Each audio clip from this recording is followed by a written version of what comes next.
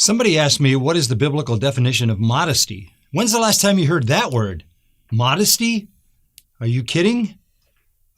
We certainly don't want to make it relative to the current culture, which is far from modest, if not blatantly sexual. Let's try to back up. Let's try to rewind the historical tape and go back to a time when people talked about modesty, or when the Bible talked about modesty. Simple definition. Modesty is dressing and conducting your life so that people are impressed with the godliness of your character. That's modesty. Let me say that again. It's conducting your life in every way, including how you dress, so that people are impressed with your godly character, with your virtue. That's modesty.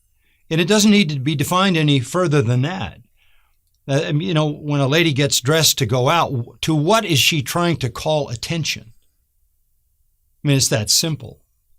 If you're trying to call attention to Christ, Christ-likeness, to purity, piety, that's going to show up in modesty.